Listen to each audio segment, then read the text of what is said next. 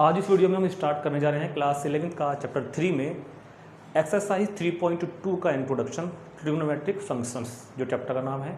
इससे पहले हमने 3.1 का इंट्रोडक्शन, 3.1 के एग्जाम्पल, 3.1 का सॉल्यूशन कंप्लीट कर लिया है और आज हम स्टार्ट करेंगे 3.2 का सॉल्यूशन। देखो वैसे तो जो हम इसका इंट्रोडक्शन बना रहे हैं ना, ये वाला, ये 2 पार्ट में बनेगा। इस पार्ट में मैं आपको एक ट्रिग्नोमेट्रिक फंक्शंस क्या होते हैं, कैसे वो ऑब्टेन हुए, और ट्रिग्नोमेट्रिकल फंक्शन को सर्कुलर फंक्शन क्यों बोलते हैं, सर्कल पर जो रेडियल वेक्टर है वो किस तरह से घूम रेवोल्यूशन करके हमको अलग अलग एंगल पर अलग अलग वैल्यूज ऑब्टेन कराएगा, इन सब बातों के ऊपर डिस्कस करेंगे इस वीडियो के अंदर। और इंट्रोडक्शन नंबर पार्ट 2 में हम ट्रिग्नोमेट्रिक फंक्शंस के डोमेन, रेंज और ग्राफ के बारे में बातें करेंगे। ठीक, ये सब चीज़ें वैसे तो जो मैं बताऊंगा ना, देखो इसमें थोड़ी सी एक बात ये है कि इस ट्रिग्नोमेट्री में ना एक्सरसाइज में क्वेश्चन बहुत ही कम है, मुश्किल से 5 क्वेश्चन होंगे, और जितना मैं आपको यहाँ पर इंट्रोडक्शन में बताऊंगा उसका बहुत ही कम यूज़ एक्सरसाइज क्वेश्चंस में होगा। एक्चुअल में क्वेश्चन एक्सरसाइज के हम कुछ और ही तरीके से करेंगे, यहाँ पर मैं आपको कुछ बातें बताऊँगा। ठीक है, कहना मतलब मेरा ये भी एक तरीके से कि अगर मैं आपको ये सब इंट्रोडक्शन ना भी कराऊँ, सिर्फ मैं आपको 3 बातें बता दूंगा, ट्रिग्नोमेट्रिकल आइडेंटिटीज़ और साइन कैसे चेंज होता है वो, और 2-3 बातें बेसिक सी हो रहे हैं, उनको बता के मैं आपको एक्सरसाइज अभी खत्म करा दूंगा आधे घंटे के अंदर। लेकिन वो ट्रिग्नोमेट्री का इंट्रोडक्शन नहीं कहा जाएगा, वो तो एक तरह से काम खींच दिया, फॉर्मेलिटी कर दी, वो बोला जाएगा। अगर आपको सच में ट्रिग्नोमेट्री में कुछ जानने का इंटरेस्ट है, सच में अगर कोई बच्चा कंपटीशन एग्जाम क्रैक करना चाहता है, तो आपको ये बहुत ज़रूरी जानना पड़ेगा।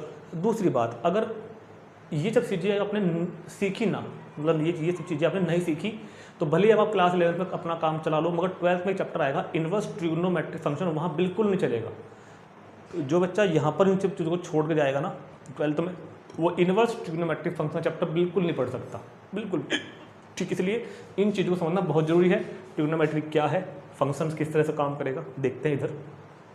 ठीक, तो सबसे पहले बात करते हैं क्लास 10th के बारे में। क्लास 10th में हमने शायद sine theta, cos theta, tan theta, sec cosec, sec cot के बारे में बातें की थी। हमने आपको एक राइट एंगल्ड ट्राइंगल के बारे में बताया था, और राइट एंगल्ड ट्राइंगल में ये बताया था कि 90 डिग्री का एंगल जहाँ बनेगा ना, उसके सामने हाइपोटेनस होता है, और अगर मैं थीटा को यहाँ पर कंसिडर करूँ तो थीटा के सामने परपेंडिकुलर और ये साइड होती है बेस। इन सब बातों के आधार पर हमने आपको बताया था कि साइन थीटा की वैल्यू होती है परपेंडिकुलर अपॉन हाइपोटेनियस, और कॉस होता है बेस अपॉन हाइपोटेनियस। बल्कि मैंने आपको इन सब चीज़ों को डिटेल में बताया था, अगर आपने ध्यान दिया हो, मेरी वीडियो देखी हो क्लास 10th वाली, हर में आपको इस बात का मतलब क्या है ये बताया था। साइन थीटा की वैल्यू पी अपॉन एच क्यों है, एक्चुअल में क्या हम फाइंड कर रहे हैं, साइन थीटा किस चीज़ को बता रहा है, उन सब बातों के बारे में क्लास 10th में कर चुके हैं। अब उससे आगे का हम पढ़ेंगे। मैं ये बिल्कुल नहीं कह रहा हूँ कि ये सब चीज़ें बेकार है, ये भी यूज करेंगे, ये सब बातें यूज करेंगे हम। ठीक है, बस बताना ये है कि क्लास 10th में हम थोड़ा सा बंधे हुए थे, हमारे हाथ बंधे हुए थे। हमारी जो औकात थी ना, वो 0 डिग्री के एंगल से लेकर 90 डिग्री के एंगल तक के लिए थी। क्लास 10th में जो हम ट्रिग्नोमेट्री पढ़ रहे थे, मैंने आपको उस टाइम भी बताया था 0 डिग्री से लेकर 90 डिग्री तक के एंगल के बारे में हम लोग बात करते थे, about this trigonometrical ratio. But in the previous videos, पिछली चैप्टर की पिछली एक्सरसाइज की वीडियोस में मैंने आपको इनफाइनाइट तक के एंगल की डिटेल दे दी है कि किस तरह ऐसे घूम घूम के एंगल 0 से π/2, π/2 से 3π/2, 2π, फिर एक सर्कल पूरा कर देंगे, दूसरा 720, फिर एक को बना देंगे। तो इस तरह से हम इनफाइनाइट तक के एंगल के बारे में, अब ट्रिग्नोमेट्री के बारे में बात करेंगे। तो जिन्होंने अगर 3.1 का इंट्रोडक्शन नहीं देखा वो भी जरूर देखें। ठीक, तो मतलब कहने का ये है कि फिलहाल क्लास 10th में हम लोगों की औकात थी ट्रिग्नोमेट्रिकल फंक्शन को पढ़ने की, वो 0 से और 90 तक के लिए ही सीमित थी। अब हम फ्री हैं, आज़ाद है बिल्कुल। अब हम ट्रिग्नोमेट्री को इनफाइनाइट, माइनस इनफाइनाइट से प्लस इनफाइनाइट तक के एंगल के बारे में पढ़ेंगे, बहुत ही ध्यान से बातों को समझेंगे। ठीक है, तो शुरू करते हैं। सबसे पहला हेडिंग होगा आज के इस इंट्रोडक्शन वीडियो का, ट्रिगोनोमेट्रिक फंक्शन। तो बात करते हैं ट्रिग्नोमेट्रिक फंक्शंस के बारे में। तो सबसे पहले ट्रिग्नोमेट्रिक फंक्शंस, इस शब्द का मतलब जानते हैं, क्योंकि क्लास 10th में हम लोग इन सबको ट्रिग्नोमेट्रिकल रेशो कहते थे। याद करो, इसको हम लोग क्या बोलते थे क्लास 10th में, ट्रिग्नोमेट्रिकल रेशो। अब ऐसा क्या हुआ कि हम इन्हीं को ट्रिग्नोमेट्रिकल फंक्शन बोलने लगे। समझ में आ गई बात। तो ट्रिग्नोमेट्रिकल फंक्शन को हम लोग डिनोट करते हैं एफ(x) से, वही अपना पुराना वाला क्लास 11 के चैप्टर 2 वाला, एफ(x) = sin x f x is equal to cos x, f x is equal to tan x, f x is equal to cosec x, और अगर हम बात करें तो f x is equal to sec x, f x is equal to cot x. तो अब हमने theta, देखो मैंने एस लिखा है, थीटा भी लिख सकते हैं, f theta is equal to sine theta, f theta is equal to cos theta, कोई प्रॉब्लम नहीं है, थीटा लिख दो, एक्स लिख दो, फाई लिख दो, ठीक है, कोई दिक्कत नहीं है। तो सबसे पहले जानते हैं कि क्या हुआ ऐसा कि ट्रिग्नोमेट्रिकल रेशियो को हम ट्रिग्नोमेट्रिकल फंक्शन बोलने लगे। वैसे मैंने इस बात को आपको 3.1 इंट्रोडक्शन में बताई थी, फिर से बता रहा हूँ एक बार और, कि ट्रिग्नोमेट्रिकल रेशियो, ट्रिग्नोमेट्रिकल फंक्शन कैसे बने, क्या उन्होंने ऐसा कौन सा टेस्ट पास किया कि अब उनका ग्रेड बढ़ गया। जैसे हम लोग 10th से 11th में आ गए ना, तो ट्रिग्नोमेट्रिकल रेशियो भी 10th से 11th में आ गई है, और अब उनको ट्रिग्नोमेट्रिकल फंक्शन कहने लगे। लेकिन फंक्शन की तो अपनी एक अलग दुनिया थी। चैप्टर 2 के अंदर फंक्शन होगा, सेट ए जो है डोमेन वाला, उसके डिस्टिंक्ट एलिमेंट की हर एलिमेंट की यूनिक इमेज होगी, कुछ फंक्शंस की क्राइटेरियाज थे, है ना। तो ये वही फंक्शन बन गई। अब देखो मैंने आपको बताया था कि अगर हम कभी साइन या फिर कोई भी ले लेते हैं, साइन कोस टैन कुछ भी, साइन थीटा की वैल्यू कुछ भी आ रही है, मान लो सपोज करो फंक्शन ऑफ थीटा क्या है हमारे मेरे पास, साइन थीटा, और इसकी वैल्यू जैसे आपने याद किया ना 0 डिग्री, 30 डिग्री, 45, 60, 90, साइन 45 की वैल्यू मान लो 1/√2 आ रही है, तो मतलब थीटा क्या है मेरे पास 45 डिग्री, ठीक। और अब हमने पढ़ लिया है 45 डिग्री को रेडियन में, तो इसको हम अब क्या बोल रहे हैं π/4। तो मतलब मैं थीटा की जगह अगर π/4 लिख दूं तो π/4 इज इक्वल टू कितना हो गया 1/√2। और मैंने आपको पिछली इस वीडियो में समझाया था बहुत अच्छी तरीके से कि रेडियन और रियल नंबर एक ही बात होती है। रेडियन को हम रियल नंबर की तरह ट्रीट करते हैं कि जो अगर ये एंगल कभी भी रेडियन में लिखा हुआ है तो ये एक रियल नंबर बोला जाएगा। क्या बोला जाएगा भैया? Real number. तो मतलब π/4 की इमेज क्या बन गई 1/√2। अगर हम π/6 लेंगे 30 तो क्या बनेगी image 1/2।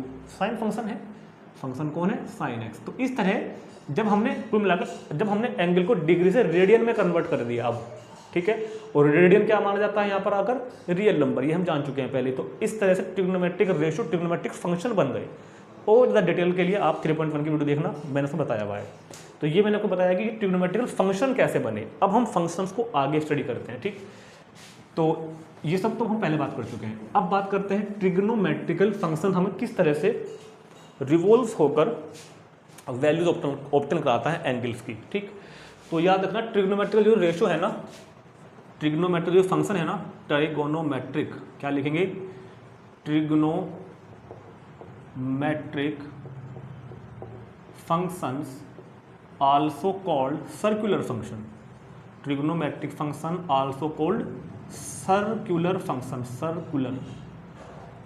Circular function. Trigonometrical functions को हम लोग सर्कुलर फंक्शन भी बोलते हैं, इनको हम सर्कुलर फंक्शन भी बोलते हैं। अगर कोई बच्चा हिंदी मीडियम वाला है तो इनको वृत्तीय फलन, व्रत सर्कल, वृत्तीय फलन भी इनको हम कहते हैं, ठीक।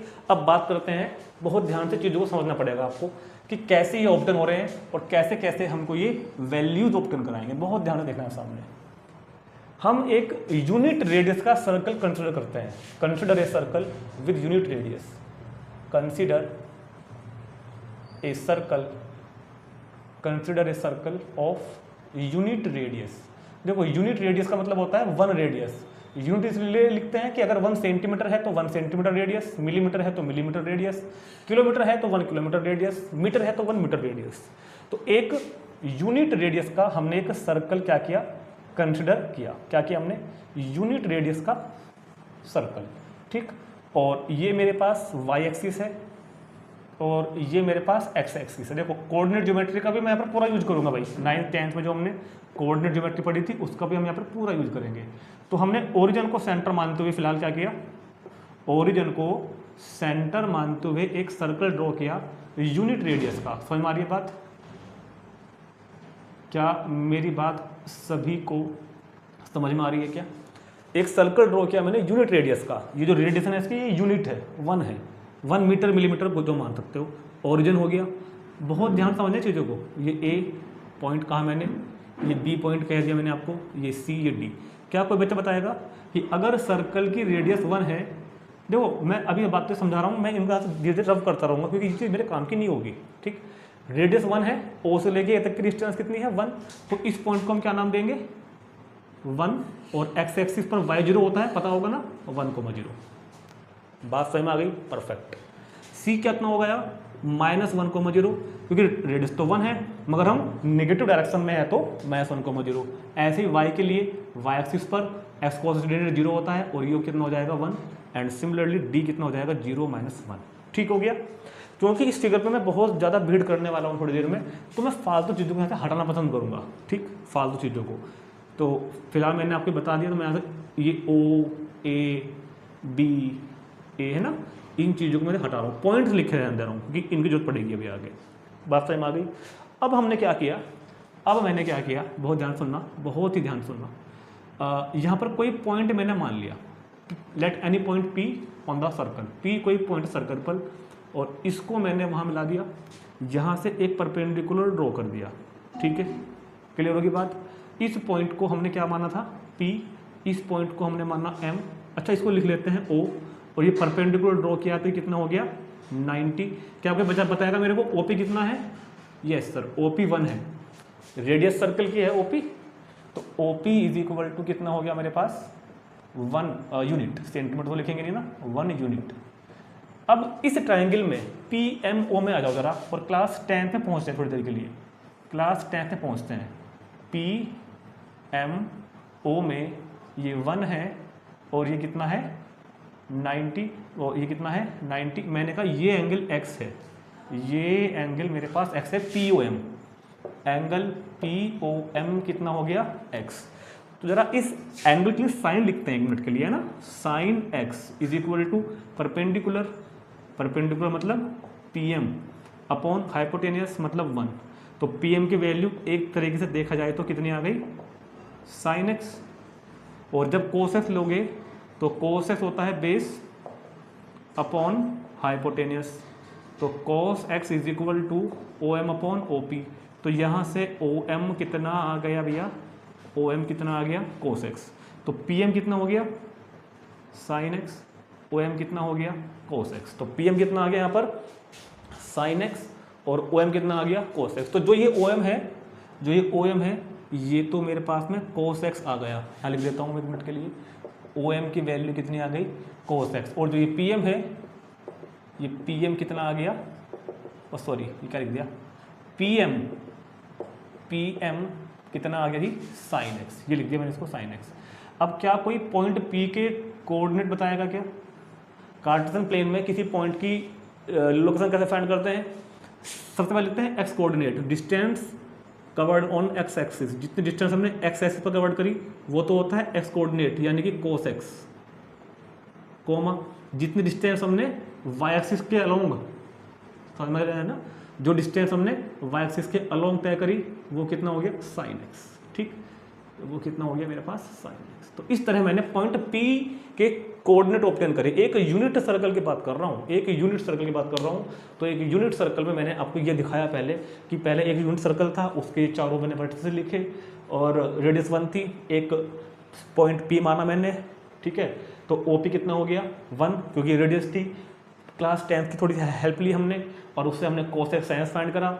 जो डिस्टेंस हम x एक्सिस पर या एक्सिस के अलोंग चलते हैं वो तो होता है एब्सिसा, और जो डिस्टेंस हम y एक्सिस पर या y एक्सिस के अलोंग चलते हैं वो होता है ऑर्डिनेट। इस हिसाब से मैंने पॉइंट P फाइंड किया cos x, sin x। यहाँ तक किसी को कोई प्रॉब्लम है तो बताओ, यहाँ तक किसी को कोई प्रॉब्लम बिल्कुल नहीं होनी चाहिए, ठीक है। तो कुल मिला के मैंने क्या कहा कि अगर, ये बात ध्यान रखना है कि अगर सर्कल पर, अगर किसी सर्कल पर कोई पॉइंट है तो उस पॉइंट के coordinate cos x, sin x की फॉर्म में हो सकते हैं।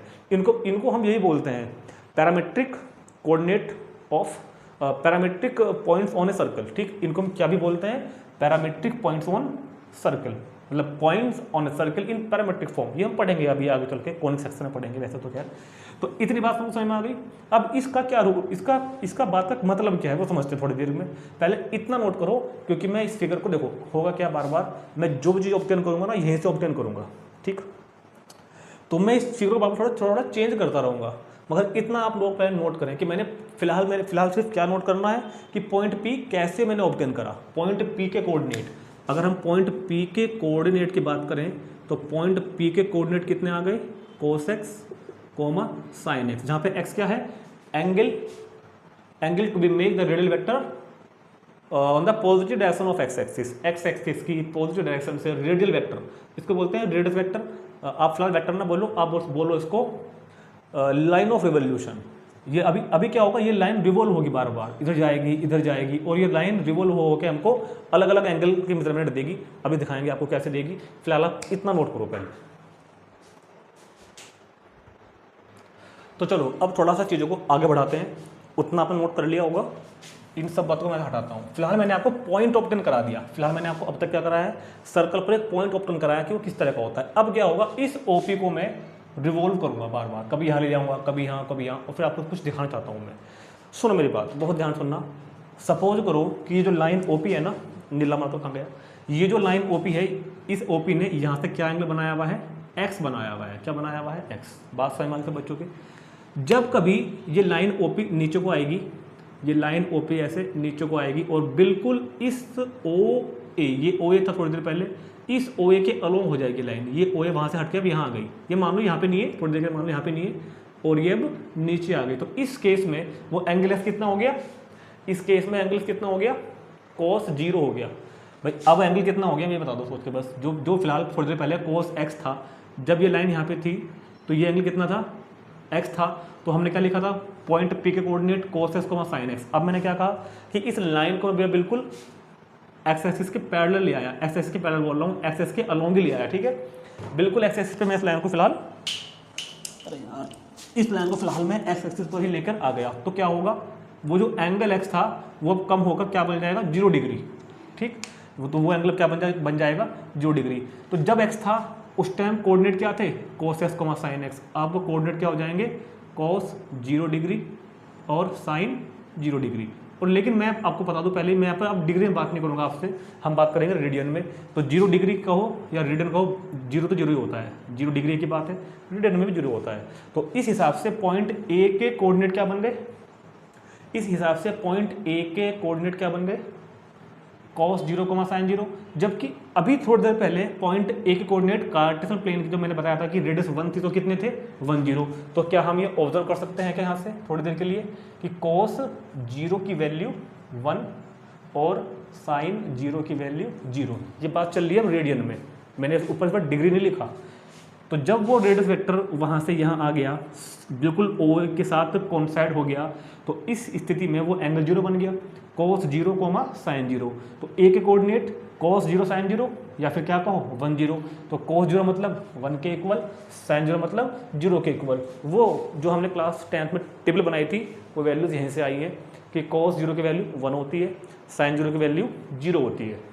मगर वो डिग्री में थी तो मैंने आपको उस टाइम एक ट्राइंगल से ऑब्टेन कराया था। अब रेडियन में है तो मैंने उसको एक सर्कल से ऑब्टेन कराया, ठीक है, क्योंकि रेडियन एंगल कहाँ बनता है, सर्कल के अंदर, ठीक। तो ये बात समझ में आ गई कि जब ये रेडियस वेक्टर मेरा यहाँ से घूम के यहाँ आ जाएगा तो ये उस केस में ये क्या बन जाएगा, 0, ठीक। तो फिलहाल इसको यहाँ पर हम बना के छोड़ देते हैं एक बार, आपको ताकि पता रहे। अब क्या हुआ, अब मैं इस लाइन को रिवॉल्व कर रहा हूँ और ओ ए को मैं ले जा रहा हूँ इस बार ओ बी पर। लाइन ओ ए इस बार कहाँ आ गई है, ओ बी के कोइंसाइड हो गई। ये लाइन चली, यहाँ से चली और मैं इसको यहाँ ले आया, एक यहाँ पर ले आया। तो जब मैं इसको यहाँ पर ले आऊँगा तो अब ये एंगल कितना हो जाएगा, π/2, 90 मतलब π/2, 90 डिग्री को क्या बोलते हैं रेडियन में, π/2। अच्छा एक काम करता हूँ, लिख लेता हूँ, ये 0, ये सब हम बात पहले कर चुके हैं, ये π/2, ये पाई, और इधर 3π/2, और घूम फिर के जब दोबारा आओगे तो कितना माना जाएगा, 2π। अब जब ये लाइन ऑफ रेवोल्यूशन यहाँ पहुँच गई OB पर, तो अब इस पॉइंट के कोऑर्डिनेट क्या होंगे, जो थोड़ा जगह की प्रॉब्लम है तो ध्यान से देखना। अब हो जाएंगे cos π/2, sin π/2, ये तो होगा भाई। जब x था तो cos x, sin x, अब ये एंगल बढ़ के π/2 हो गया, तो cos π/2, sin π/2। मतलब पहला वाला पहले के इक्वल, दूसरा दूसरे के इक्वल। तो cos π/2 की वैल्यू यहाँ से हमने क्या जनरेट कर दी, cos π/2 की वैल्यू 0 हो गई, cos π/2 की वैल्यू 0 हो गई, और sin π/2 की वैल्यू 1 हो गई। वही बात है, π/2 मतलब 90 डिग्री होता है, तो cos 90 0 और sin 90 1 होता है। जो क्लास 10th में था वही यहाँ पर है, चीज़ों को थोड़ा बदल दिया अब हम, क्योंकि फंक्शंस के पॉइंट ऑफ व्यू से बातें कर रहे हैं। अब इसी लाइन को मैं यहाँ पर ले आया, अब मैं इस लाइन को, ब्लू वाली लाइन को डिवॉल्व करके यहाँ पर ले आया, इसके अलोंग ले आया, ठीक है, इसके अलोंग में इसको ले आया। अब ये एंगल कितना हो गया, अब ये एंगल पाई हो गया, 180 हो गया। क्लास 10th में हमारी औकात 90 तक थी, अब हम आगे बढ़ रहे हैं।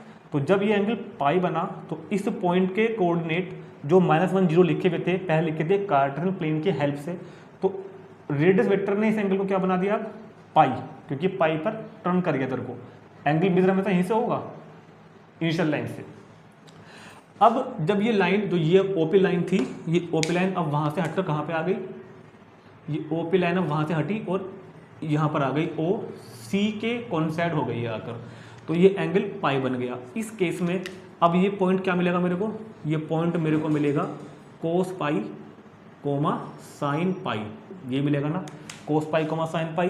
तो पहला वाला पहले के इक्वल रख दो, दूसरे वाला दूसरे के इक्वल रख दो, तो कोस पाई की वैल्यू -1, साइन पाई की वैल्यू 0, साइन पाई की वैल्यू 0। सिमिलरली ये लाइन अब रिवॉल्व हुई और ये अब इसके अलोंग आ गई, इसके अलोंग अब ये लाइन आ गई, ये यहाँ से चली और यहाँ पहुँच गई, ठीक।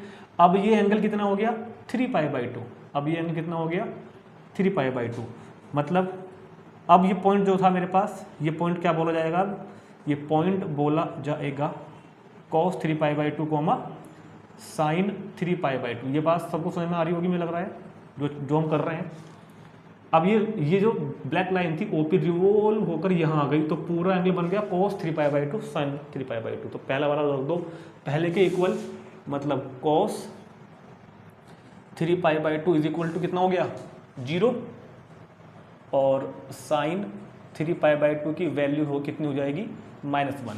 ये वैल्यू सब आपको याद रखनी है।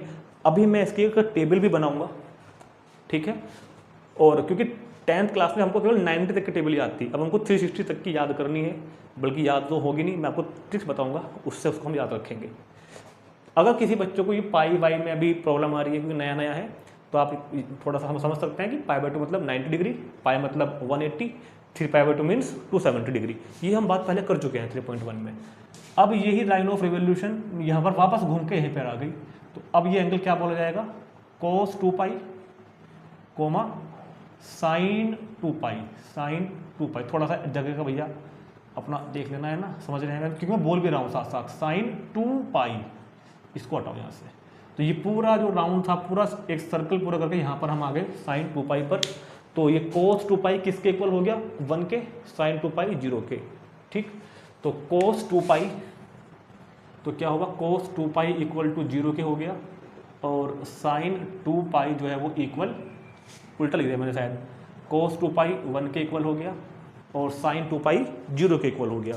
तो इस तरह मैंने क्वाड्रेंटल एंगल्स पर, इनको बोलते हैं क्वाड्रेंटल एंगल, जो मैं लिख रहा हूँ ना, इनको बोलते हैं क्वाड्रेंटल एंगल। मतलब पहला OA के अलोंग, दूसरा एंगल OB के अलोंग, तीसरा एंगल OC के अलोंग, चौथा एंगल हमने लिया OD के अलोंग, तो इनको बोलते हैं क्वाड्रेंटल एंगल। मैंने पहले क्वाड्रेंटल एंगल्स पर आपको साइन कॉस की वैल्यू फाइंड करके दिखा दी, ठीक। मैं चाहता तो आपको केवल एक टेबल बनाकर डायरेक्ट वैल्यू लिखा सकता था, मगर तुमको पता है मेरी ऐसी आदत नहीं है। मैंने क्लास 10th में भी आपको जो टेबल थी पूरी एक ट्रायंगल की हेल्प से हर एक वैल्यू को ऑब्टेन करके दिखाया था। अब भी मैंने आपको ये हर सारी वैल्यूज को यहाँ पर ऑब्टेन करके दिखा दिया, ठीक है बात। अब रही बात सेक कोसेक कोट टेन की, तो भाई वो तो इनसे बन जाएंगे ना, कोस का रेसिप्रोकल कर दो सेक की आ जाएगी, करेंगे अभी हम करेंगे। टेन का साइन का रेसिप्रोकल कर दो, कोसेक की बन जाएगी। साइन अपॉन कोस कर दो, टेन आ जाएगा। कोस अपॉन साइन कर दो, कोट आ जाएगा। तो मैं आपको पहले बता दूं, क्योंकि देखो मैं चाहूँ तो आपको ये टेन कोट वगैरह सारी वैल्यू निकाल कर दिखा सकता हूँ, लेकिन हमको इतना वाइड सिलेबस में जाने की जरूरत नहीं है अभी डिटेल में। मैं आपको हर चीज़ इन दो के बारे में समझाऊंगा और बाकी फिर मैं इन्हीं से ऑप्टेन कर दूंगा। मैं करने को यहाँ इसी में आपको भी टेन कोट सेक कोसेक सब के दिखा दूंगा, मगर हमको इतनी डिटेल में नहीं जाना, क्योंकि वो चीज़ बिल्कुल कहीं सिलेबस में नहीं आती, ना ही वो आपके 11th में आएगी, ना 12th में आएगी, ना ही वो किसी कंपटीशन एग्जाम में आएगी, ठीक। ये तो सिर्फ बताने के लिए मैं आपको बता रहा हूँ चीज़ें कि एक्चुअल में आ कहाँ से रही हैं, ठीक, कैसे आया। डायरेक्ट तो मैंने नहीं लिखा है ना, आपको कैसे ऑब्टेन हुई वो बता रहा हूँ। तो ये इतना जितना बताया ना मैंने कि अच्छा, अगर इसको हम सुनो बहुत ध्यान से, तो हमने क्या किया है फिलहाल, हमने क्वाड्रेंटल एंगल पर, इनको बोलते हैं क्वाड्रेंटल एंगल। अभी मैंने वैल्यू फाइंड करके दिखाई है केवल क्वाड्रेंटल एंगल्स पर, इस लाइन पर, इस लाइन पर, इस लाइन पर, इस लाइन पर। अभी हम इस पूरी आर्क पर सारे एंगल को भी फाइंड करके दिखाऊंगा मैं आपको, 30, 45, 60 सारी पर भी फाइंड करके दिखाऊंगा। पहले जरा इतना नोट करेंगे एक बार, तो इतनी बात सभी को समझ में आ गई होगी बिल्कुल, ठीक। अब थोड़ा सा आगे बढ़ते हैं। अब एक बच्चा बोल रहा कि सर ऐसा करो, उस बच्चे का मन कर रहा है कि सर मैं ऐसा करूँगा क्या, कि जैसे अभी आपने इस रेडियल वेक्टर को यहाँ से पहले मैं रिवॉल्व करके वापस स्टार्टिंग पर ले गया, 0 पर ले गया था, 0 के बाद मैं इसको लेके आया π/2 पर, आपको वैल्यू ऑब्टेन करा के दी। फिर मैं इसको लेके आया था पाई पर, वैल्यू ऑब्टेन करा के दिखाई मैंने आपको। फिर मैं इसको लेके आया 3π/2 पर, वैल्यू ऑब्टेन करा के दी। फिर मैं इसको घुमा के लाया 2π पर, वैल्यू ऑब्टेन करा के दी, ठीक। याद रखना 0 पर हम 0 के भी हम इस 0 पर भी हम इसी लाइन पर बात करते हैं और 2π पर भी हम इसी लाइन पर बात करते हैं, ठीक है। दोनों वैल्यू सेम भी होती हैं, अब इस बारे में बताएंगे भी। अब बच्चा बोल रहा है वो कि क्या सर हम आगे नहीं जा सकते, मेरा मन कर रहा है कि आगे बढ़ो। हम कह रहे हैं हाँ बिल्कुल बढ़ो, बिल्कुल बढ़ो आप आगे, आगे वापस आ गए हम। तो अब इस पूरे एंगल को हम क्या बोलेंगे, अब इस पूरे एंगल को हम क्या बोलेंगे, अब हम इस पूरे एंगल को बोल लेंगे 2π + x। अब हम इस एंगल को क्या बोलेंगे 2π + x। अगर हम एक राउंड पूरा करने के बाद आते हैं, क्योंकि 2π हमने घूम लिया है, 2π तो हमने घूम लिया है, और 2π घूमने के बाद फिर से अगर मैं x पे आकर रुक जाऊं, इसी लाइन पर आकर रुक जाऊं, तो अब हम इसको बोलेंगे 2π + x। तो अब यही पॉइंट के कोऑर्डिनेट, इसी पॉइंट के एक और कोऑर्डिनेट बन जाते हैं इस हिसाब से। तो क्या बन जाते हैं इसके coordinate, cos 2π + x, sin 2π + x बन जाएंगे या नहीं, बिल्कुल बन जाएंगे भाई। जब हम दोबारा से घूम के यहाँ आएंगे तो वापस इस पॉइंट के कोऑर्डिनेट क्या बन जाएंगे, cos 2π + x। तो पॉइंट P के कोऑर्डिनेट ये रहे या फिर ये रहे, तो देखो जब ये लाइन अपने पहले राउंड पर थी तो cos x, sin x था। जब ये दूसरे राउंड पर लेके आई तो इसकी कितनी बन गई अब कोऑर्डिनेट 2π + x, sin 2π + x, दोनों सेम होंगे। अगर आप एक सर्कुलर फील्ड का चक्कर लगा रहे हो, जब आप पहले चक्कर पे पहुंचे और एक पॉइंट पर आपकी डिस्टेंस थी मान लो 80 मीटर, आपने राउंड पूरा कर दिया, अब आप दूसरा शुरू कर रहे हो, अब फिर आप उसी पॉइंट पे पहुंच गए, तो क्या वो डिस्टेंस वहाँ पर आपकी अभी भी 80 रही? नहीं, अब तो वो 80 प्लस जो था 80 + 80 बढ़ता चला जाएगा उसके अंदर बार बार। वो एक चीज़ यहाँ पे है। तो क्या हम ये लिख सकते हैं क्या कि cos x की जो वैल्यू है, ध्यान रखना अगला पॉइंट बता रहा हूँ मैं आपको, क्या cos x की जो वैल्यू है उसको हम cos 2π + x के इक्वल तो कह सकते हैं, फिर तो cos 2π + x के इक्वल कह सकते हैं ना। जो वैल्यू cos x की थी वही किसकी है, cos 2π + x की। और ऐसे ही जो वैल्यू sin x की थी वो किसकी होगी, sin 2π + x की, ठीक। इसके लिए वही बात। अब वो बच्चा बोला कि भैया सर हम तो फिर से एक राउंड पूरा करके फिर जाएंगे वहीं पर, हमने कहा बिल्कुल आओ, कौन मना कर रहा है। अब 2π + 2π + x, तो अब ये एंगल बोलेंगे हम 4π + x, अब ये एंगल बोलेंगे हम 4π + x। और अब फिर से इस पॉइंट के कोऑर्डिनेट हो जाएंगे cos 4π + x, sin 4π + x। तो इसको हम ये भी लिख सकते हैं, क्या भी लिख सकते हैं, इसको हम cos 4π + x, और इसको हम क्या भी लिख सकते हैं, sin 4π + x। और यहाँ से हम एक रिजल्ट को कंक्लूड करेंगे अभी, और इसको मैंने कर दिया डैश, इसको हम कर दिया डैश। मतलब कि हर 2π के एक राउंड के बाद, हर 2π रिवोल्यूशन के बाद में वैल्यूज रिपीट होंगी। इस बात को मैं भी लिखूंगा इधर कि हर 2π रिवोल्यूशन के बाद क्या होगा, वैल्यूज रिपीट होंगी। ये बात समझ में आ गई। अच्छा, इसी बात को अगर मैं जनरल कर दूं, इसी बात को अगर मैं जनरलाइज करके लिखूं, इन जनरल, इसी बात को इन जनरल, तो सुनो हमने भी क्या बताया कि cos 2π + x की वैल्यू किसके इक्वल है, cos x के। ये तो कहा मैंने भी। cos 4π + x की वैल्यू भी किसके इक्वल है, cos x के। cos 6π + x की वैल्यू भी किसके इक्वल आएगी, cos 2π + x की भी आ गई। cos 4π + x की वैल्यू भी cos x के इक्वल आ गई। cos 6π + x की वैल्यू भी cos x के इक्वल आ गई। cos 8π + x की वैल्यू भी इसके इक्वल आ गई। तो हम देख रहे हैं कि पाई का इवन मल्टीपल, पाई का इवन मल्टीपल, क्या बोल रहे हैं, पाई का इवन मल्टीपल। और हमेशा याद रखना जिंदगी में 2n हमेशा इवन होता है। इस बात का मैं ट्रिग्नोमेट्री में बहुत यूज़ करूँगा भाई बार बार। और 2n + 1 हमेशा ओड होता है, जहाँ पर n क्या होता है, इंटीजर। कोई भी आप इंटीजर ले लो दुनिया में से, कोई भी अगर आप इंटीजर लोगे ना, तो उस इंटीजर के लिए n हमेशा इवन होगा। चाहे आप इसमें कोई भी इंटीजर पुट करो, n की वैल्यू हमेशा इवन निकल के आएगी। और n की वैल्यू यहाँ पुट करोगे 2n + 1 तो हमेशा ओड निकल के आएगा।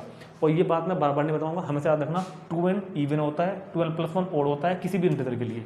तो क्यों ना मैं 2π + x, 4π + x, 8π + x को एक जनरल नाम 2nπ + x दे दूँ।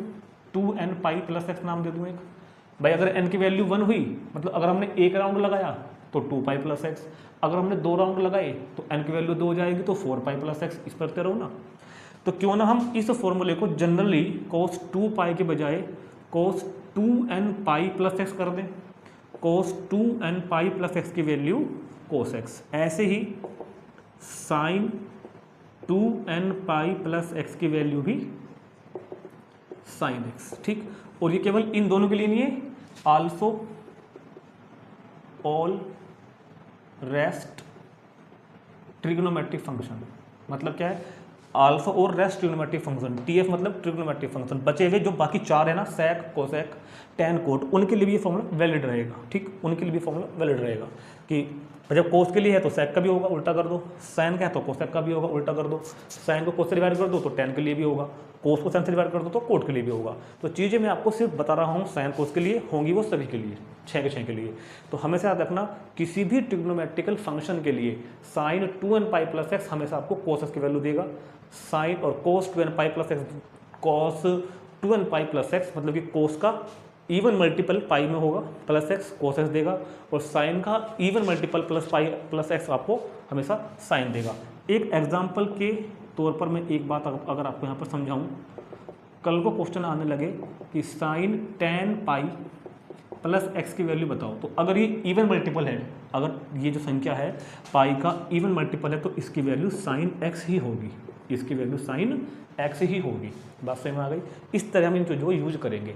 तो यहाँ पर मैंने आपको एक चीज़ तो क्लियर कर दी कि हर 2 पाई, देखो इस तरह भी समझ सकते हैं हम, इसको इस तरह समझ सकते हैं कि sine pi by 6, sine pi by 6 मतलब क्या होता है, साइन 30, साइन पाई बाई 6 कितना होता है, साइन 30 मतलब 1/2। क्लियर है? साइन पाई बाई 6 साइन 30 होता है ना, 1/2। अगर मैं इसमें 2 पाई ऐड कर दूं, मैं पूछता हूँ किसी बच्चे से कि 2 पाई प्लस पाई बाई 6 की वैल्यू क्या होगी, यानी कि ये 30 डिग्री था और 2 पाई कितना होता है, 360, तो 360 और 30 ये क्या बन जाएगा, साइन 390। तो साइन 390 की वैल्यू भी यही होगी, क्योंकि हमको पता है ना कि साइन 2 पाई प्लस एक्स और साइन एक्स की वैल्यू सेम होती है, sine 2 pi plus x value same होती है। तो साइन की वैल्यू जो एक सर्कल के अंदर है, जो एक रिवोल्यूशन के अंदर है, वही वैल्यू बार बार रिपीट होंगी आफ्टर एवरी 2 पाई इंटरवल। हर 2 पाई इंटरवल के बाद इसकी वैल्यूज रिपीट होती रहेंगी, इसलिए इसको पीरियोडिक फंक्शन भी बोलते हैं। खैर वो बात हम ग्राफ वगैरह में बाद में करेंगे आगे, फिलहाल आप इतना नोट कर लेंगे सब बातें, और अगर आप चाहो तो यहाँ पर एक बात लिख लो। चलो खैर मैं आपको सब बातें भी लिखूंगा इकट्ठी करके, फिलहाल आप ये इतना नोट कर लो। तो यहाँ पर हमने क्या कंसेप्ट सीखा कि ट्रिग्नोमेट्रिकल रेशो की वैल्यूज, ध्यान रखना हमने सीखा क्या है कि ऑल ट्रिग्नोमेट्रिकल जो रेशो फंक्शन है, जितने भी ट्रिग्नोमेट्रिकल फंक्शन है उनकी वैल्यूज हर 2 पाई इंटरवल के बाद सेम आनी शुरू हो जाती है, हर 2 पाई रिवोल्यूशन कह लो या इंटरवल कह लो, ठीक। इतना नोट करेंगे, चलते हैं आगे। चलते हैं आगे। अब क्या हुआ, अब फिर से एक बच्चा बोला कि सर मैं तो ऐसा करूँगा कि जैसे आप अभी इधर को चले थे ना एंटी क्लॉकवाइज, आपने एक चक्कर लगा के मेरे को वैल्यू ऑप्टेन करा के दी, आपने 2 राउंड लगाई थी, आपने 3 राउंड लगाए, आपने मेरे को एक जनरल फॉर्मूला बना के दिया कि हर 2n पाई के बाद वैल्यू सेम निकल के आएगी। लेकिन सर मेरा मन तो ऐसा कर रहा है कि मैं क्लॉकवाइज चलूँगा, मैं तो उल्टी दिशा में भागूंगा, वो ये कह रहा है मैं तो नीचे चलूँगा, ठीक। मतलब अब हमने इस लाइन ऑफ रेवोल्यूशन को क्लॉकवाइज रिवॉल्व कर दिया, इधर को रिवॉल्व कर दिया, तो अब क्या फ़र्क पड़ेगा इन बातों पर वो देखते हैं, ठीक। तो अब क्या होगा, अब ये एंगल हमने आपको बताया था पिछली वीडियो में कि अब एंगल हो जाएगा -x, ठीक। और अब जो ये पॉइंट P था, इसको मैं अगर P डैश बोल दूं तो इसके कोऑर्डिनेट हो जाएंगे cos -x, साइन -x, क्योंकि ये तो एंगल पर डिपेंड करता है ना, जो भी एंगल लेंगे उसी के हिसाब से अपना पॉइंट लिखना पड़ेगा हमको। बात क्लियर है? और हमको ये भी पता है कि अगर ये 0 है और क्लॉकवाइज चलने पर ये माना जाता है -π/2, ये हो जाता है -π, ये हो जाता है -3π/2, और ये घूम फिर के हो जाता है -2π। ये हमने आपको बताया था। तो इस हिसाब से फिर से बात को थोड़ा सा और फॉर्मूले ऑब्टेन करेंगे हम लोग, और ऑब्टेन करेंगे। इधर लिख देता हूँ मैं ना, जगह कम की वजह से। तो जब ये रेडियल वेक्टर जो कि फिलहाल OP डैश के नाम से दिख रहा है, जब ये घूमता घूमता घूमता घूमता OD पे आएगा, तो OD पे ये आपको क्या एंगल देगा, एट D। यहाँ लिख देता हूँ एट D, इसकी विजिबिलिटी कम है, यहाँ लिख देता हूँ एट D, एट डी पे क्या होगा, नेगेटिव के लिए डी पे हो जाएगा कोस माइनस पाई बाई टू, ठीक है, coma sign minus pi by to, cos minus pi by two comma sign minus pi by to, और ये पॉइंट किसके इक्वल हो जाएगा, 0 कोमा माइनस 1। दिख रहा है क्या, फ्रेम में आ रहा है क्या, पहले मैं जरा चेक लूँ एक बार, हाँ आ रहा है, ठीक है, फ्रेम आ गया, 0 कोमा माइनस 1। तो मतलब cos minus pi by two की वैल्यू क्या बनी, यहाँ से cos minus pi by two की वैल्यू क्या बनी, 0, और sine minus pi by two की वैल्यू क्या बन के आई इधर से, -1, ऐसे तो होगा। अब ये रेडियल वेक्टर यहाँ तक तो आ गया था, अब ये यहाँ आ गया, अब ये यहाँ पे आ गया। अब ये पॉइंट क्या बन जाएगा, ये पॉइंट क्या बन जाएगा, इधर आके इस पॉइंट को मैं इधर लिख देता हूँ, ये पॉइंट, अच्छा इसको लिख दूँ पहले इधर, ये पॉइंट बना था कोस minus pi by two comma sign minus pi by to, और इनको ऐसे लगाते हैं ब्रैकेट में, है ना, ऐसे ब्रैकेट में। ऐसे ही जब ये रेडियल वेक्टर यहाँ आएगा ना, तो ये बन जाएगा इस केस में कोस माइनस पाई कोमा साइन माइनस पाई, ये तो बनेगा। और ये पहला किसकी वैल्यू देगा, पहले की, दूसरा वैल्यू देगा दूसरे की। तो कहने का मतलब हुआ कि कोस माइनस पाई की वैल्यू -1 आ जाएगी, और इस हिसाब से साइन माइनस पाई की वैल्यू 0 आ जाएगी। अब ये वेक्टर घूम के यहाँ पर पहुँच गया, उल्टा चल रहे हैं नेगेटिव डायरेक्शन में। तो ये पॉइंट अब क्या कहलाएगा, ये पॉइंट कहलाएगा कोस -3 पाई by two comma sign -3 pi by to, ठीक। और ये पहला देगा पहले की वैल्यू, मतलब कोस -3 पाई बाई टू की वैल्यू क्या हो जाएगी इस बार, 0, और साइन में -3 पाई बाई टू की वैल्यू क्या हो जाएगी, 1। और जब ये रेडियल वेक्टर उल्टा घूम के वापस से 0 पे आएगा, -2 पाई पे आएगा मतलब, तो फिर से सेम वैल्यू देना शुरू कर देगा। तो यहाँ पर देगा ये मेरे को कोस -2 पाई की वैल्यू 1 और साइन -2 पाई की वैल्यू 0। इस केस में ये पॉइंट क्या बोला जाएगा, कोस -2 पाई कोमा साइन -2 पाई, इस तरह से, ठीक। तो देखा आपने किस तरह से मैंने इस रेडियस वेक्टर को तरह तरह से घुमा घुमा के आपको वैल्यूज ऑब्टेन करा दी है, ठीक। तो पहले मैंने इसको सिंपल एंटी क्लॉकवाइज घुमाया केवल एक क्वाड्रेंट में, मतलब एक सर्कल पूरा किया, फिर इसको मैंने और सर्कल में घुमा के आपको वैल्यूज ऑब्टेन करा के दी। फिर मैंने रेडियल वेक्टर को क्लॉकवाइज घुमाया, नेगेटिव एंगल ऑब्टेन कराई, और नेगेटिव एंगल ऑब्टेन करा के मैंने आपको अलग अलग वैल्यूज भी ऑब्टेन करा के दी, ठीक। तो यहाँ से हम एक बात तो देख पा रहे हैं, देखो सुनो, यहाँ से हम एक बात देख पा रहे हैं, क्या, यहाँ से हम एक बात देख पा रहे हैं, मैं बताता हूँ भी आपको। देखो यहाँ लिख देता हूँ, angle on X axis, angle on X axis, जो एंगल एक्स एक्सिस पे बन रहे होंगे, ध्यान से सुनना मेरी बात, और angle on Y axis, angle on Y axis, angle on X axis, जब जब एंगल एक्स एक्सिस पे है, यानी कि 0 है या फिर पाई है या फिर -पाई है। देखो ध्यान से देखो, एक्स एक्सिस पे कौन सा एंगल है, या तो 0 है या पाई है, जब पॉजिटिव में थे, नेगेटिव में आए तो -पाई हुआ और -2 पाई भी हुआ। एक्स एक्सिस पर ये चाहिए तो 4 एंगल हैं, और मैंने फिलहाल 4 लिखे हैं, जनरल करूंगा मैं इसको, 3 पाई -3 पाई, 4 पाई -4 पाई, इस तरह से। ऐसे ही वाई एक्सिस पे कौन कौन से एंगल हैं, वाई एक्सिस पे एंगल पढ़ रहे हैं π/2 में, है ना, या तो पड़ता है प्लस का π/2 या पड़ता है माइनस का π/2, इसको भी जनरल लिख देता हूँ, है ना। एक्स एक्सिस पे कौन कौन से एंगल हैं, 0 है, ± पाई है, ±2 पाई है, एंड सो ऑन।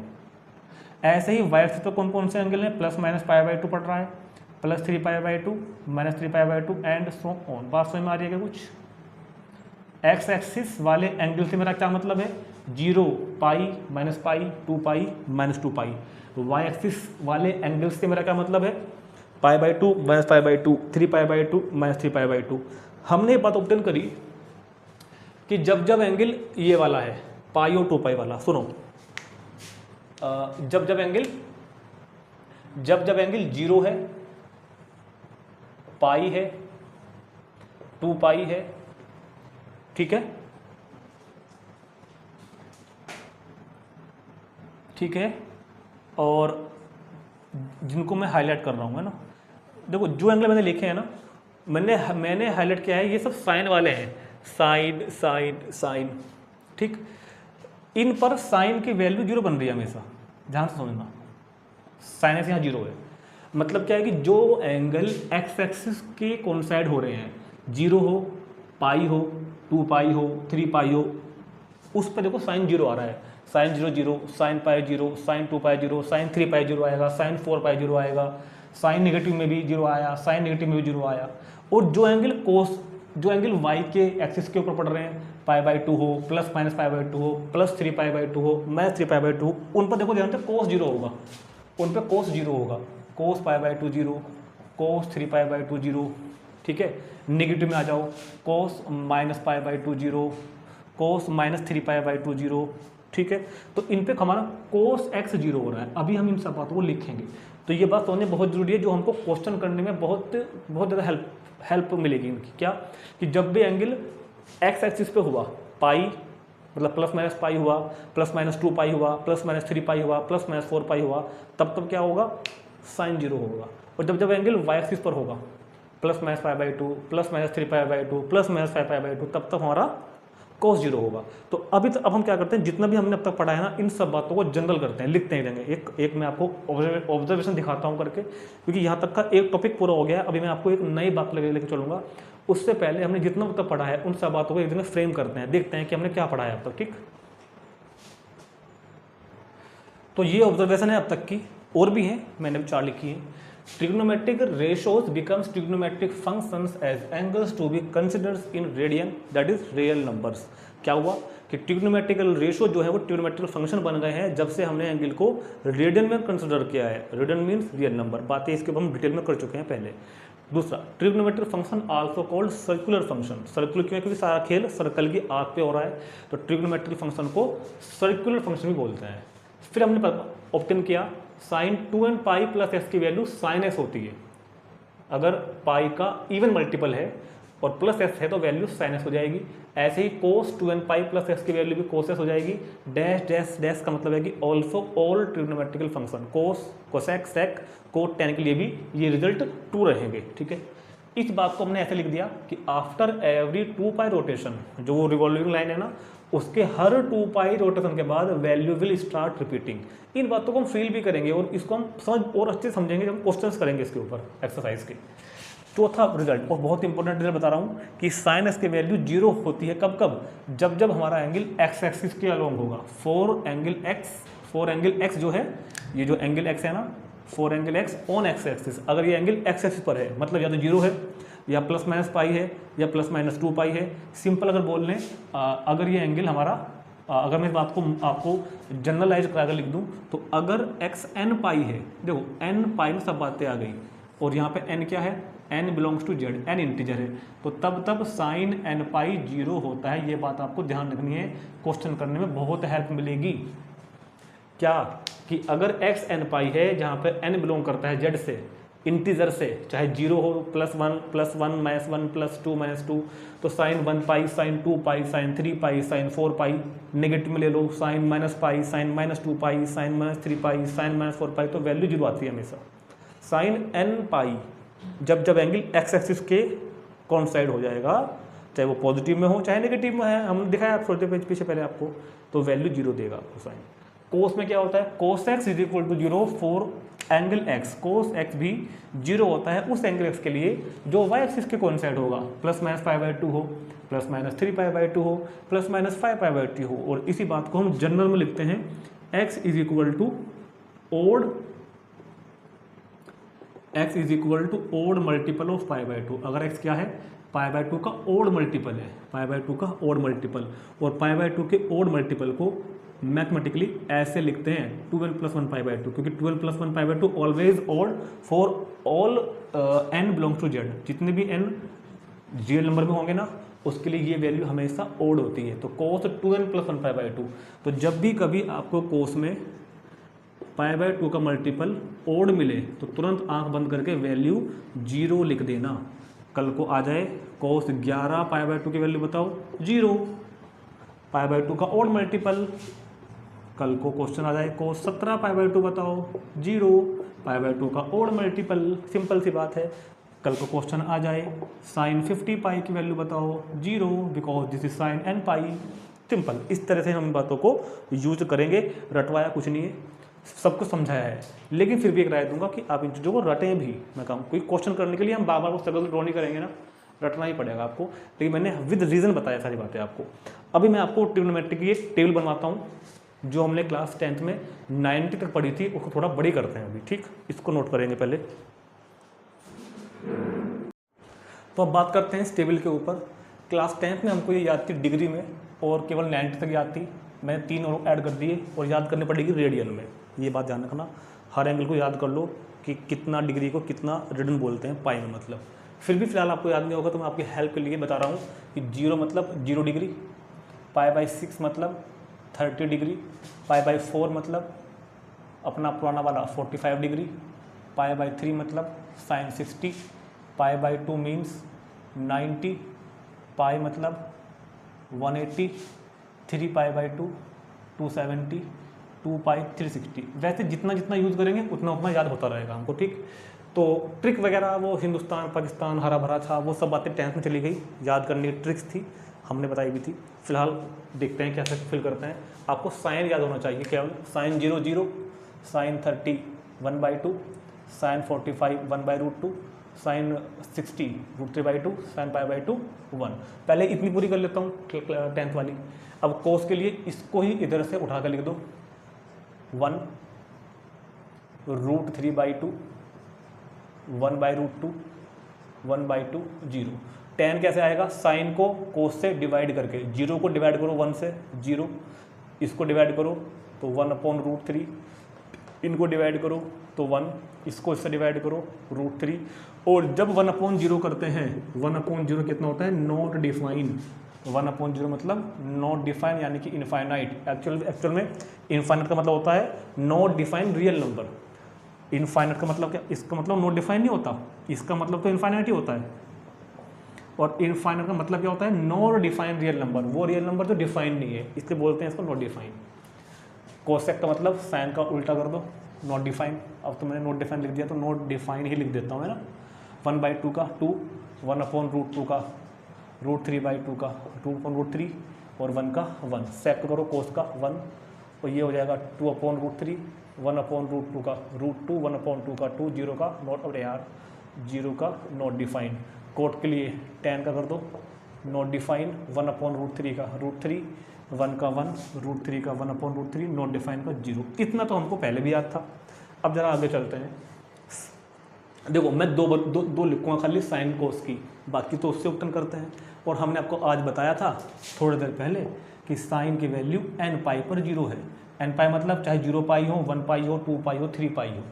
तो साइन का मतलब पाई पे, साइन की वैल्यू पाई पे 0, साइन की वैल्यू 2 पाई पे 0। क्लियर है क्या, क्लियर होगी बात।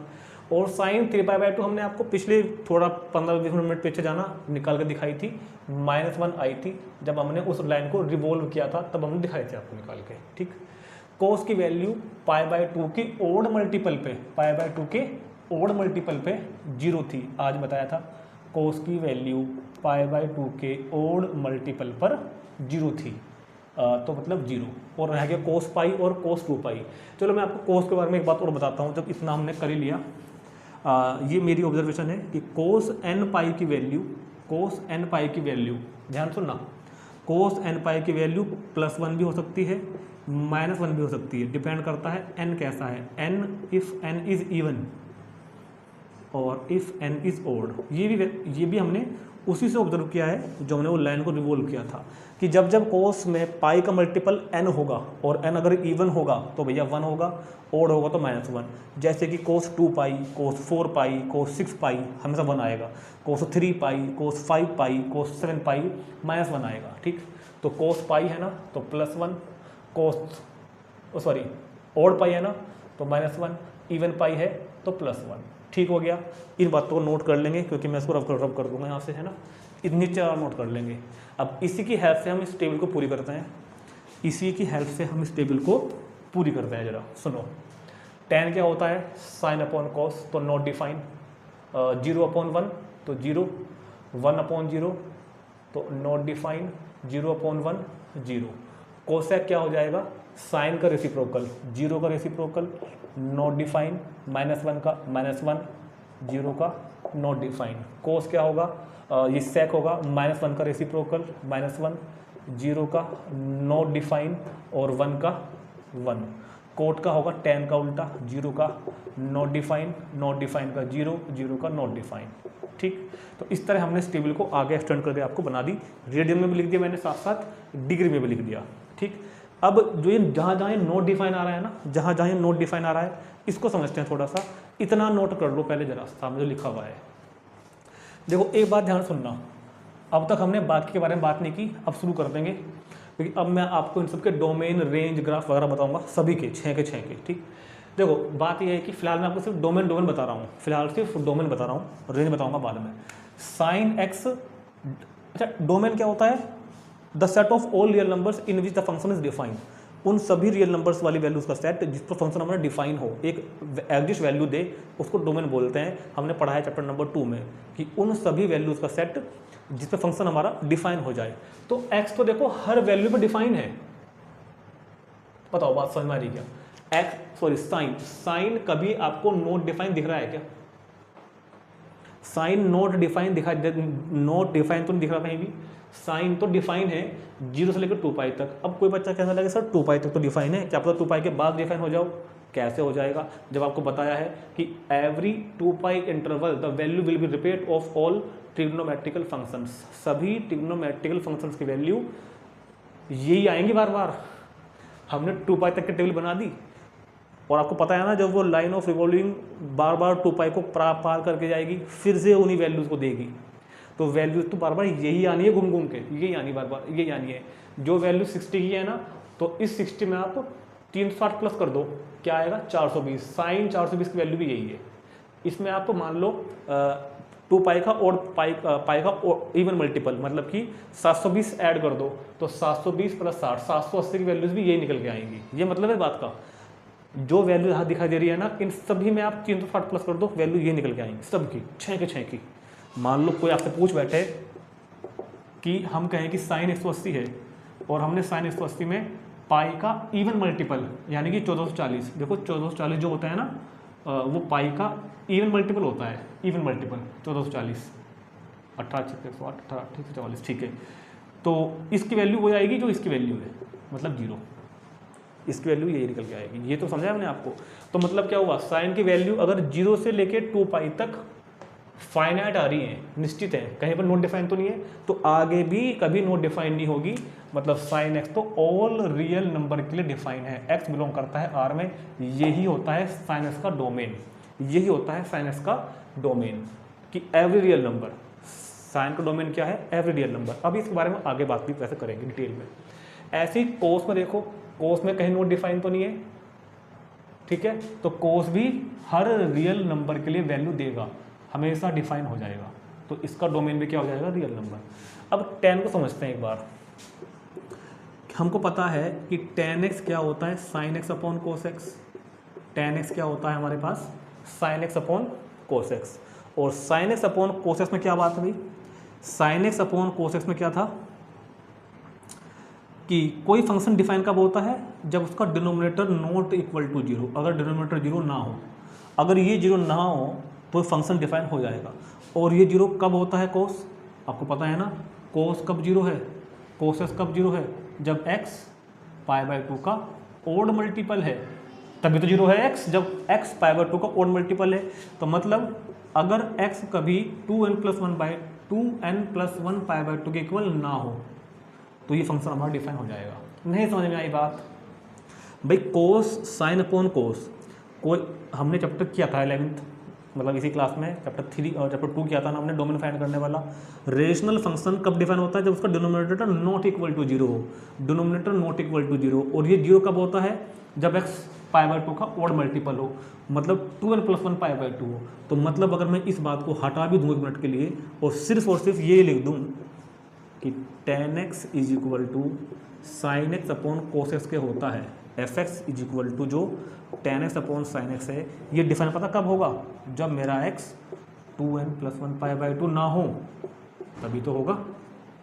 जब मेरा x 2n plus 1 pi by 2 ना हो तभी तो होगा। नहीं समझ में आई बात?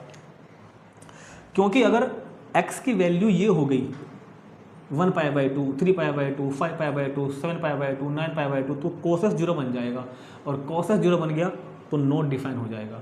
तो मतलब क्या हुआ, tan x की वैल्यू डिफाइन कब होगी, जब x is not equal to किसके हो, 2n प्लस 1 पाई बाई 2 के।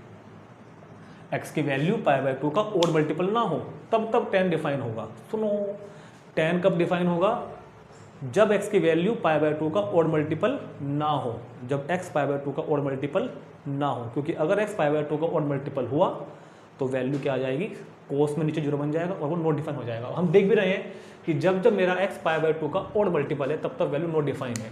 देखो पाई बाई 2 का ओड मल्टीपल, वैल्यू क्या आ गई, नॉट डिफाइन।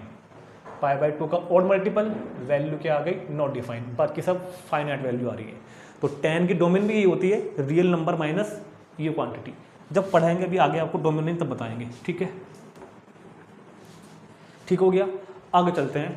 अब पहले बात करता हूँ सेक के बारे में, क्योंकि जो फंक्शन मेरा सेक x है, fx कितना है, सेक x भी क्या होता है, 1 अपॉन कोस x। इसको डिफाइन होने के लिए भी कोस x को 0 के इक्वल नहीं होना पड़ेगा, क्योंकि अगर कोस x 0 हो गया तो फंक्शन डिफाइन नहीं होगा। तो इसको भी हम क्या भी कह सकते हैं कि x is not equal to 2n plus 1 pi by 2, तभी मेरा सेक फंक्शन डिफाइन होता है। तो सेक फंक्शन के डिफाइन होने की क्या शर्त है कि x 2n plus 1 pi by 2 के इक्वल ना हो, क्योंकि अगर x पाई बाई 2 का ओड मल्टीपल हो गया तो अपॉन में कोस बनेगा जो कि 0 बन जाएगा और वैल्यू नॉट डिफाइन देगा। तो हम देख भी रहे हैं टेबल में कि जब जब सेक में जब जब पाई बाई 2 का ओड मल्टीपल है तब तो वैल्यू नॉट डिफाइन है, और यही चीज़ें रिपीट हैं 2 पाई इंटरवल के बाद। हमने बताया आपको यही चीज़ें रिपीट हैं 2 पाई इंटरवल के बाद। चलो जी आगे देखते हैं, अगला देखते हैं कौन सा आ गया मेरे पास, कोसेक और कोट। कोट की बात करते हैं जरा सा। कोट में अगर हम बात करें fx is equal to cot X. Cot X क्या होता है, cos X upon sine X. और इसको डिफाइन होने के लिए, कोट को डिफाइन होने के लिए denominator should be not equal to 0। Sine X को 0 नहीं होना चाहिए, मतलब, और साइन एक्स 0 कब होता है, हमने बताया था आपको, साइन n पाई पर 0 होता है। ये सब बातें हम कर चुके हैं इसी वीडियो में। साइन n पाई क्या होता है, 0 होता है। तो मतलब x को n पाई नहीं होना चाहिए। अगर x n पाई हो गया तो साइन n पाई 0 बन जाएगा, फंक्शन हो जाएगा नॉट डिफाइन। तो इसमें क्या हो जाएगा, कोट में क्या हो जाएगा, x is not equal to n pi. तो हम देख भी रहे हैं कि जब जब x की वैल्यू n पाई है, जब जब मेरा एंगल पाई का मल्टीपल है तब तब वैल्यू नॉट डिफाइन है, जब जब मेरा एंगल पाई का मल्टीपल है। ठीक, यही इनकी डोमेन होती है। रियल नंबर माइनस n पाई कर दोगे, ठीक, यही इन सब की डोमेन होती है। ऐसे ही डिफाइन होता है cosec function, fx is equal to cosec x। fx is equal to कितना, कोसेक x।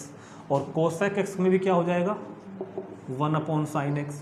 और साइन एक्स को क्या होना चाहिए, 0 नहीं होना चाहिए, मतलब x को क्या नहीं होना चाहिए, x को n पाई नहीं होना चाहिए, क्योंकि अगर x n पाई हो गया तो 1 अपॉन साइन n पाई हमको 0 देगा, अपॉन में वो बन जाएगा नॉट डिफाइन। तो कोसेक x के लिए भी x not equal to n pi. हम देख भी रहे हैं टेबल में कि जब जब पाई है, कोसेक में जब जब पाई है या 2 पाई है या फिर 3 पाई होगा, 4 पाई होगा, तब तब वैल्यू नॉट डिफाइन आएंगी। ठीक, तो ये मैंने आपको टेबल बता दी, इसको थोड़ा बहुत याद रखना तरीका बता दिया, बाकी तो आप क्वेश्चन जैसे जैसे करेंगे आपको याद होती चली जाएंगी। हर चीज़ की मैंने आपको लॉजिक, रीज़न विद रीज़न बताया, हर सब बातों को रीज़न के साथ बताया है। ठीक है, तो क्या हुआ, सब वैल्यू मैंने बता दिया आपको। Function sine cos tan cosec cot कब कब डिफाइन होते हैं वो बता दिया। एक्चुअल में ये इनके डोमेन भी हैं, मतलब इसका डोमेन एवरी रियल नंबर, इसका डोमेन एवरी रियल नंबर, इसका डोमेन होगा real number minus this quantity, cosec X का डोमेन होगा real number minus this quantity, ऐसे ही सेक एक्स का डोमेन होगा real number minus this quantity, cot X का डोमेन होगा real number minus this quantity. इस तरह से इसको हम फाइंड करेंगे। ठीक, चलते हैं अगले टॉपिक पर, इसको नोट करेंगे तुरंत। अब बात करते हैं साइन ऑफ ट्रिग्नोमेट्रिक फंक्शंस के बारे में, कि किस किस क्वाड्रेंट में ट्रिग्नोमेट्रिक फंक्शन के साइन कैसे कैसे होते हैं। तो इस बात को मैं अगर चाहूँ ना तो 1 मिनट में आपको एक डायलॉग है मेरे पास, सब दुनिया में वही बताते हैं, वैसे तो खैर मैं अलग नहीं हूँ, मैं भी वही बताऊँगा वैसे तो। उसको याद करा दूंगा और इससे हमको पता चल जाएगा। ठीक, तो आपको क्या याद रखना है, all students of 10th class, all students of 10th class. तो all students of 10th class, this is first quadrant, second quadrant, third quadrant and fourth quadrant. तो ऑल मतलब ए मतलब ऑल, स्टूडेंट मतलब एस, 10th मतलब 10, class मतलब सी। तो first quadrant में तो ऑल पॉजिटिव होते हैं, फर्स्ट क्वाड्रेंट में ऑल पॉजिटिव होते हैं। सेकंड क्वाड्रेंट में साइन, और साइन का जो रेसिप्रोकल होता है ना कोसेक, वो पॉजिटिव होता है। जो बाकी 4 बचे अदर, वो यहाँ पर नेगेटिव होते हैं। थर्ड में हमने क्या बोला, 10th, थर्ड में 10 और 10 का रेसिप्रोकल कोट, दोनों पॉजिटिव होंगे, और जो बाकी के 4 हैं अदर, वो माइनस के होंगे। फोर्थ में कोस, और कोस का रेसिप्रोकल सेक, ये प्लस होंगे, और जो बाकी 4 बचे वो यहाँ पर नेगेटिव होंगे। सब ऐसे बताते हैं, लेकिन मैं आपको इसका रीज़न ही बताऊंगा। अभी मैं आपको एक फिगर बताऊंगा, उसके अकॉर्डिंग बताऊंगा फिगर में देख के कि क्यों प्लस का है, सेकंड क्वाड्रेंट में साइन क्यों प्लस का है। ठीक है, तो सुनो मेरी बात। फिलहाल हम बेसिक बात याद रखते हैं, क्योंकि मैं आपको डिटेल दूंगा पूरी बात की, आपको प्रूफ दूंगा, मगर क्योंकि क्वेश्चन करने के लिए हमको वो प्रूफ बार ड्रॉ नहीं करना, हमको ट्रिक्स याद रखनी है। तो फर्स्ट क्वाड्रेंट में सारे के सारे ट्रिग्नोमेट्रिकल रेशो पॉजिटिव होते हैं। सेकंड क्वाड्रेंट में साइन और कोस पॉजिटिव, साइन और कोसेक पॉजिटिव होते हैं, बाकी 4 माइनस के होते हैं। थर्ड क्वाड्रेंट में 10 और कोट पॉजिटिव होते हैं, बाकी 4 माइनस होते हैं। फोर्थ क्वाड्रेंट में कोस और सेक पॉजिटिव होते हैं, बाकी 4 माइनस के होते हैं। देखो फर्स्ट क्वाड्रेंट, इधर मैं लिखा quadrant, first quadrant, second, third, fourth. First quadrant को ना हम लोग ऐसे भी शो करेंगे कि x जो है वो 0 और π/2 के बीच में है। भाई अगर x एंगल 0 और π/2 के बीच है तो मतलब फर्स्ट क्वाड्रेंट में है, क्योंकि क्वेश्चन हमको ऐसे करने के लिए मिलेंगे। सेकंड क्वाड्रेंट को हम ऐसे भी डिनोट करेंगे कि x जो है वो π/2 और पाई के बीच में है। थर्ड वाले में क्या होगा, इसमें जो है हमारा x π/2 और सॉरी थर्ड में क्या होगा, थर्ड में पाई, और भाई यहाँ पे क्या होता है 0, यहाँ पर π/2, यहाँ पर पाई, यहाँ पर 3π/2 और यहाँ पर कितना 2π। तो थर्ड में क्या होगा, पाई और 3π/2 के बीच। थर्ड क्वाड्रेंट में क्या होगा, पाई और 3π/2 के बीच। फोर्थ में कितना होगा, फोर्थ क्वाड्रेंट में होगा 3π/2 और 3π/2 less than x, less than कितना 2π। ध्यान देगी बात। तो यहाँ याद रखना, क्वेश्चन हमको ऐसे मिलेंगे करने के लिए कि x लाई कर रहा है बिटवीन x to 3π/2, मतलब थर्ड क्वाड्रेंट में है। तो ये बात आपको याद रखनी है। फर्स्ट क्वाड्रेंट मतलब 0 to π/2, सेकंड क्वाड्रेंट मतलब π/2 to पाई, थर्ड क्वाड्रेंट मतलब पाई to 3π/2, फोर्थ क्वाड्रेंट मतलब 3π/2 to पाई। ठीक, और जैसे कि बताया है कि फर्स्ट क्वाड्रेंट में ऑल पॉजिटिव हैं, तो फर्स्ट क्वाड्रेंट में तो ऑल पॉजिटिव है। फर्स्ट क्वाड्रेंट में तो हमारे पास ऑल क्या है, पॉजिटिव है। सेकंड क्वाड्रेंट में साइन और कोसेक पॉजिटिव है, सेकंड में साइन और कोसेक पॉजिटिव है, बाकी नेगेटिव है। थर्ड क्वाड्रेंट में 10 और कोट पॉजिटिव है, बाकी नेगेटिव है। फोर्थ क्वाड्रेंट में कोस और सेक पॉजिटिव है, बाकी नेगेटिव है, ठीक हो गया।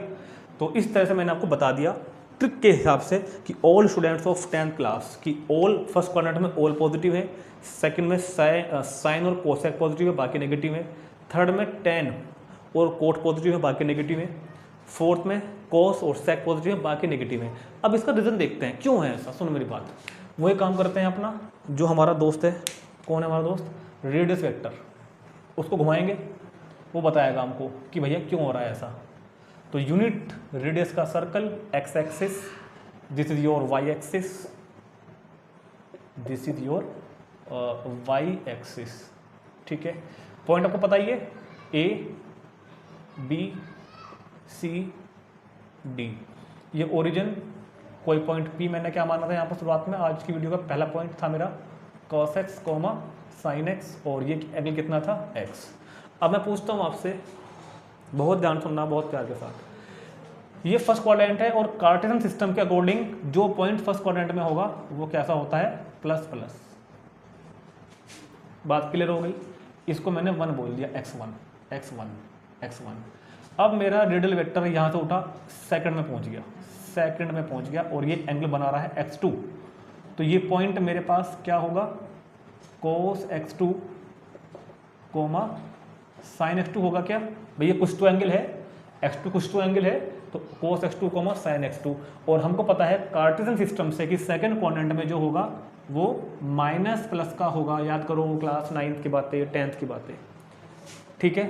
अब मैं थर्ड क्वाड्रेंट में आ गया, एंगल बन रहा है मान लो x3, ठीक है, ये यहाँ तक का कोई एंगल है, ये यहाँ तक का कोई एंगल है x3, ठीक। तो ये पॉइंट मेरे को क्या देगा कोऑर्डिनेट, ये पॉइंट देगा x3 कोमा साइन x3, और कार्टेशियन सिस्टम के अकॉर्डिंग यहाँ पर जो भी होगा वो दोनों नेगेटिव होंगे, याद करो। फोर्थ क्वाड्रेंट में मैं आ गया, यहाँ पर कोई एंगल बन रहा है x4, तो ये पॉइंट क्या होगा कोस x4 कोमा साइन x4, और ये कैसा होता है प्लस माइनस। यहाँ तक किसी भाई को कोई प्रॉब्लम हो तो बताओ, यहाँ तक किसी भाई को कोई प्रॉब्लम हो तो बताओ, ठीक है। तो रेडियल वेक्टर जब फर्स्ट क्वाड्रेंट में था तो कोस x1 साइन x1 दोनों प्लस के होंगे।